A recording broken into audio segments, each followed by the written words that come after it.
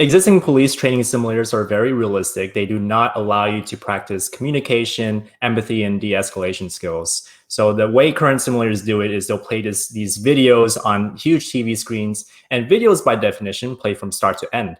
If you've ever tried talking to a YouTube video, you'll know that it's incredibly awkward. And so you cannot practice communication skills because videos will not respond to what you say or what you do. Our training simulator uses virtual reality. It's fully immersive, and we've designed our scenario content in a complete opposite way. Now, our training scenarios are completely customizable in real time. So every different scenario has infinite different permutations and possible outcomes. And so you have to have realistic back and forth conversations with suspects for the first time, and you have no idea what they're going to say or what they're going to do next or anything else that can happen. It is the most realistic form of police training available today. So we intentionally approach law enforcement channels such as different police publications and police conferences. When we first started the company, one of the first things we did was try to find different connections to secure speaking opportunities in front of local police events, such as monthly networking events with police leaders. And so go-to-market was interact with as many different local law enforcement officers as possible. And eventually, the more we penetrated the market, the more our web presence grew. We focused a lot on SEO, and we started getting consistent inbound from across the nation, even beyond. So one of the first things we did when we started the company was we recruited former law enforcement officers onto the team. So one of our co-founders is a prior police officer, and we recruited a former chief of police onto our advisory board. And today, 5 of our full-time employees, 50% of them are former police officers. So we can say that we've been built by cops for cops.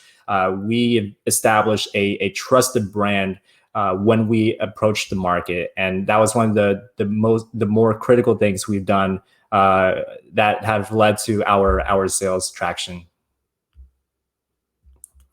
So today we have paying customers, and our system is deployed across 10 states. So we're in a stage of growth. The top priority is focusing on growing and optimizing our sales and marketing teams and operations.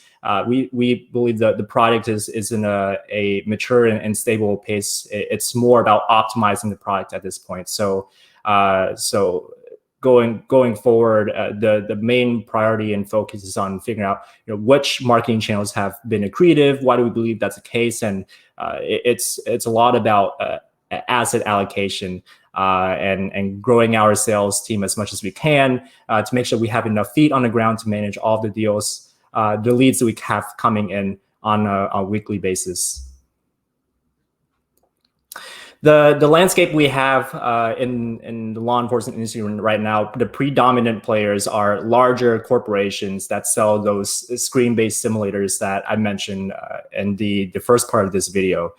So those are the main and big players. There are a couple of other VR providers. They're mainly younger companies like us.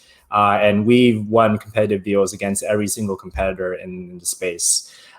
In terms of the exit, we believe the most likely outcome may be an acquisition by one of those larger corporations in the law enforcement space. There are 2 possible branches. One is it is an existing training company that has one of the more antiquated systems, and they're looking to quickly modernize and give themselves a competitive edge. And the other possibility is they play in law enforcement, but not necessarily in training, but they want to start penetrating the training market and growing their business in that direction.